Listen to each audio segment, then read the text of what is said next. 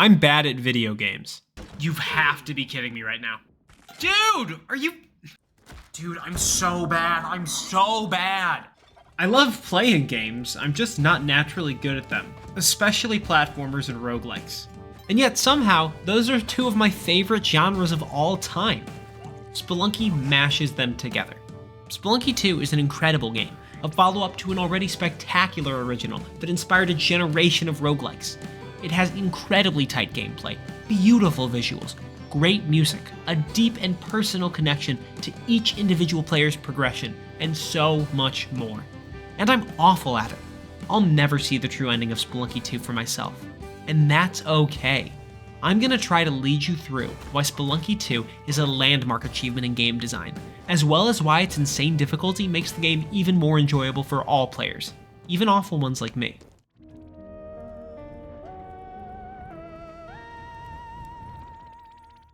Spelunky 2 is a roguelike platformer. Each level is randomly generated, and you see how far you can go, collecting money and upgrades along the way in order to get as far as possible.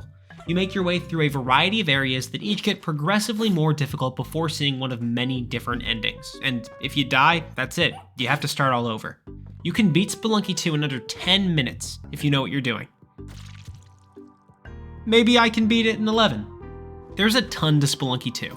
The amount of random stuff you need to do during a run in order to get to an alternative ending is ridiculous. Getting to the true tough as nails ending is insanity. Even the easiest ending is brutally difficult. I still haven't achieved it solo. So I thought I'd lead you through my experience in Spelunky and how the game's difficulty creates a story in and of itself. You start off in the opening area of the game, the dwelling. Most games, even most roguelikes, start you off in a pretty easy area. They want you to get your footing. Spelunky is a little different. Well, hey, what's one more run? The dwelling perfectly teaches you the mechanics of the game without overwhelming you. There's a lot to learn here. The game makes you play a tutorial right at the start, but learning the controls is different than learning Spelunky. You have to learn each enemy's attacks, the game's physics, the trajectories of your bomb throws, and so much more.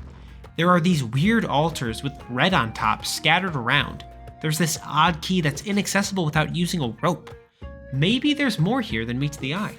By introducing these mechanics after the player is familiar with the basic controls of Spelunky, players can get a far better grasp on how each mechanic works with one another. You can jump on an enemy to negate fall damage, pick up their body and throw it into an arrow trap to trigger it. You can pick up a bomb after throwing it, letting it get close to exploding before throwing it. You can even use a rope to negate the instant kill spike traps scattered throughout the game. By introducing these mechanics only after the player understands the basics of the game, the player can combine them in interesting and creative ways. Picking up items is vital in Spelunky. There's skulls, stones, arrows, and so much more. There are even jars all over the place. Every video game since I was a kid has taught me that jars are for breaking. Well, hey, what's one more run? Spelunky teaches the player through failure, through death. Your knowledge is your new ability. There are so many mechanics interlayered throughout the game, it'd be overwhelming to learn them all at once. By spacing them out area by area, the game helps the player understand each mechanic one by one. The dwelling is unforgiving, but it couldn't be any other way. The entirety of Spelunky is brutal. You make a mistake, you have to live with the consequences of that mistake. The dwelling teaches the player this with little risk. If you die, you go back, 1 or 2 levels? It teaches the player that their mistakes are their own. That isn't true in all games, but in Spelunky, the player nearly never dies from pure bad luck. The only way that the player can feel that each of their deaths is on them is if they have rock-solid control over themselves. And Spelunky has some of the tightest controls I've ever felt in a game. It couldn't be any other way. Jumping is instant. There's no animation the player has to go through before moving left or right, or throwing a rope or a bomb. You are always in direct control of your character, and it makes the game feel justified in killing you when you mess up. But not every death can feel fully justified. Every once in a while, some complete insanity kills you, and there's not much you feel like you can do about it. There's a popular term in the game's community called getting spelunked. Let me show you what that means. I have heard a lot of explosions. Uh-oh. Uh-oh.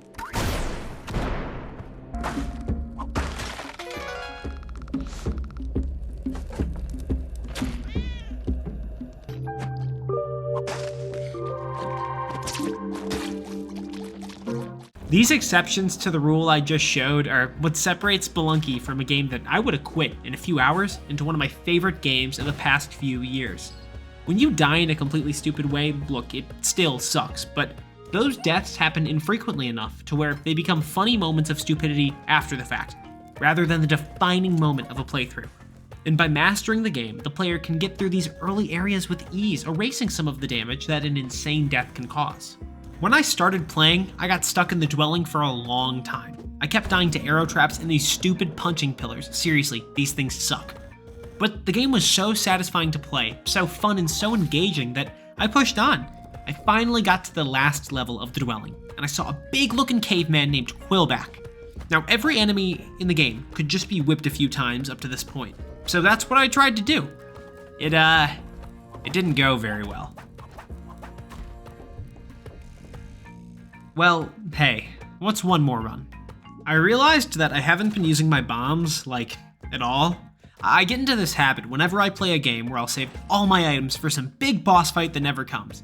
I'll end up effectively wasting every good item I've got because I could use it on the final boss, but what if a super final boss shows up? It's a dumb habit. Spelunky basically forces you to learn pretty quickly that you gotta use what it gives you if you want a shot at doing anything well, especially if you're not the best at the game. I finally got back to Quillback, and I wasn't gonna let him do that to me again. That spiky idiot wasn't gonna get the best of me again. So I got him to roll to the right before dodging and chucking a bomb his way.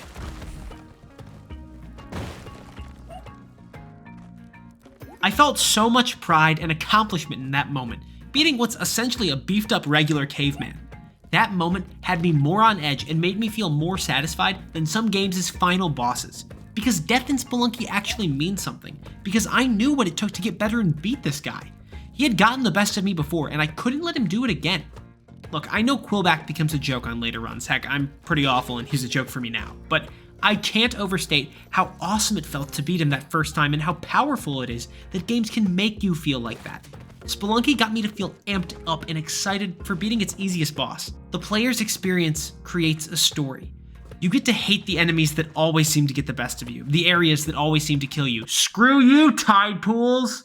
This connection the game forms with players makes your accomplishments feel more of your own and makes you feel prouder of what you've achieved. So I walked out the door. I finally got out of the dwelling after a few hours of work. That had to be the worst of it, right? What do you think? Okay, well, I'm no stranger to lava levels in games. This shouldn't be too bad.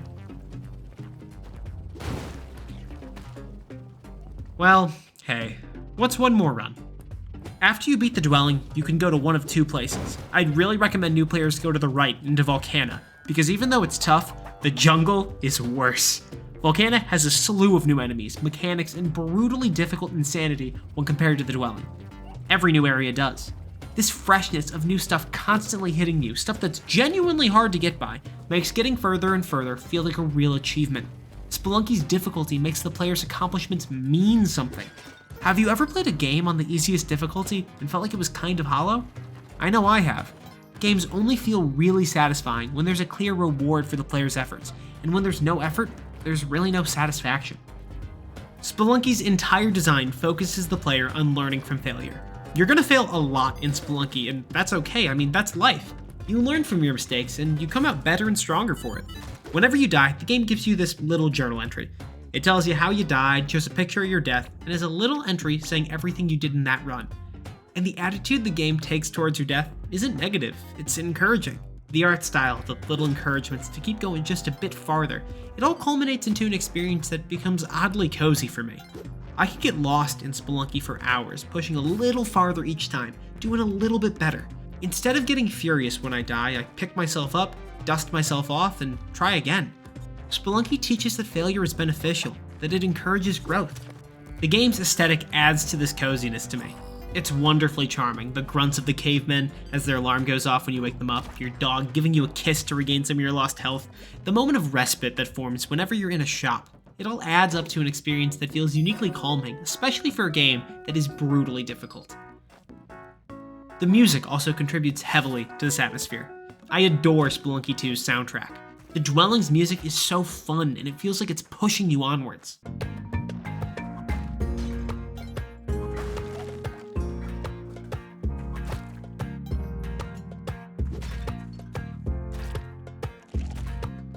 Volcana's funky synth and drum fit it so well.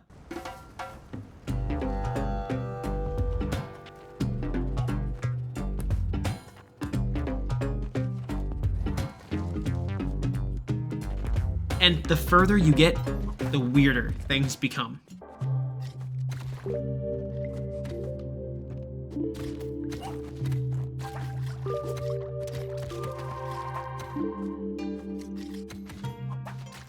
Back to Volcana. I was able to get here pretty consistently after a while, but I'd always run out of money to buy the items I wanted from shops.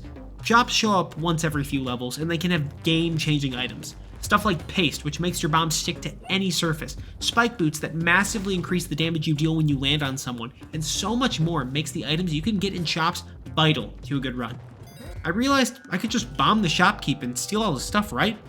Then I'd get it for free! Yeah, I should have realized that wouldn't work. Well, hey, what's one more run?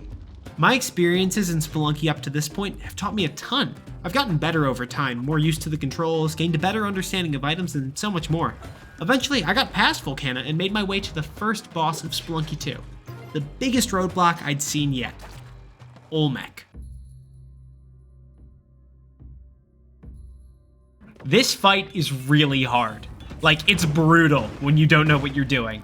And I certainly didn't. So it wasn't too surprising when... Well, hey, what's one more run? I kept fighting on, getting better and more consistent, and I got back to that same fight. But I didn't make the same mistakes. Instead, purely through the game teaching me how to be better through failure, I was able to do this. Oh my god, oh my god, oh my god, oh my god, oh my god, oh my god. Yes! Yes! Let's go! Let's go, dude! This is only about halfway through the easiest full run of Spelunky. There's still a bunch more areas to go through and some absolutely insane enemies to fight before taking on the final boss. I've gotten there with friends who are way better than me, but solo, I've only just gotten past Olmec. The incredible thing about Spelunky is it makes that achievement feel so much greater than beating most games. The player knows how much they have to struggle in Spelunky to get even the slightest bit further, do even a little bit better. Olmec's boss fight was really tough for me. I threw myself at it for what felt like hours, but eventually, I finally did it. That experience of failing and trying and failing and trying and finally succeeding is incredible. It makes every step further feel amazing. I'll never fully beat Spelunky 2. The easiest ending is something I'm still working towards, but the true ending is orders of magnitude more difficult. You have to do so many obscure secrets and beat insane bosses before beating 99 levels in a row, and this is all without dying once. There's a reason even the best players take over an hour to beat a Cosmic Ocean run. I'm nowhere near that, and that's okay. I think that aspiration of getting closer to an endpoint I know I'll never reach is an incredible part of games.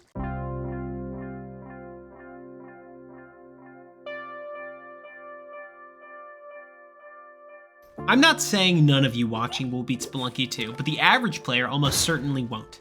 I feel like we've become so obsessed with 100%ing games rather than just enjoying them. It's okay to play a game for a couple of dozen hours, love that time spent, and still not even be close to beating it.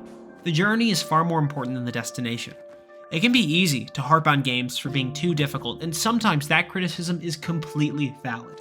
But some games are meant to be completed aspirationally. Spelunky 2's difficulty makes it an experience I'll never forget, not in spite of my awfulness at the game, but because of it. By making the game so insanely hard, every step closer to the end feels earned, like my own. It makes the player's journey through the game feel far more personal, rather than following some predetermined path. Difficulty for the sake of difficulty helps nobody. If every mob in Minecraft suddenly had like 100 times the health, the game wouldn't be more fun, it would just be more of a slog. Games like Spelunky should be commended for making their difficulty feel justified, feel integral to their design. Spelunky is hard because you need to master the game in order to become great at it.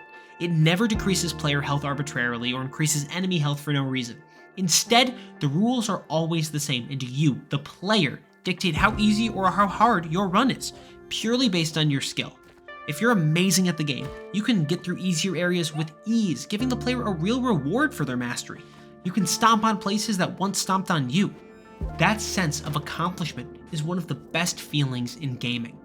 Look, if you're not the best player in the world, if you're like me, I strongly recommend you give Spelunky or some other games that scratch a similar itch a try. Stuff like Dead Cells, Enter the Gungeon, Dark Souls, and so much more are all brutally difficult, yet that difficulty makes the games what they are. Spelunky 2 would still be a great game if it was easier, but it wouldn't be Spelunky. It wouldn't be the game that I spent hours of my life throwing myself at, loving every second of it.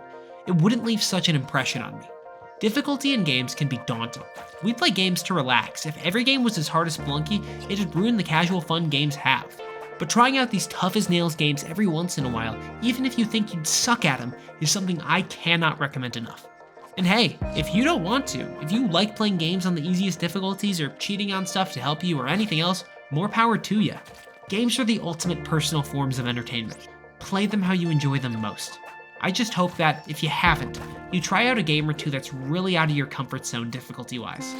Who knows? You may love it. Spelunky 2 is a fantastic game. It's gorgeous, it's incredibly satisfying, it's filled with love and polish in every aspect, and that's without even mentioning how fun this game is with friends. Seriously, if you and your friends haven't found a game in a while, play Spelunky 2 with them. It's some of the most pure fun I've had in a game. I hope you'll give Spelunky 2, and games like it, a shot. We don't have to beat every game we play. What matters is enjoying ourselves while we play it. Thanks for watching.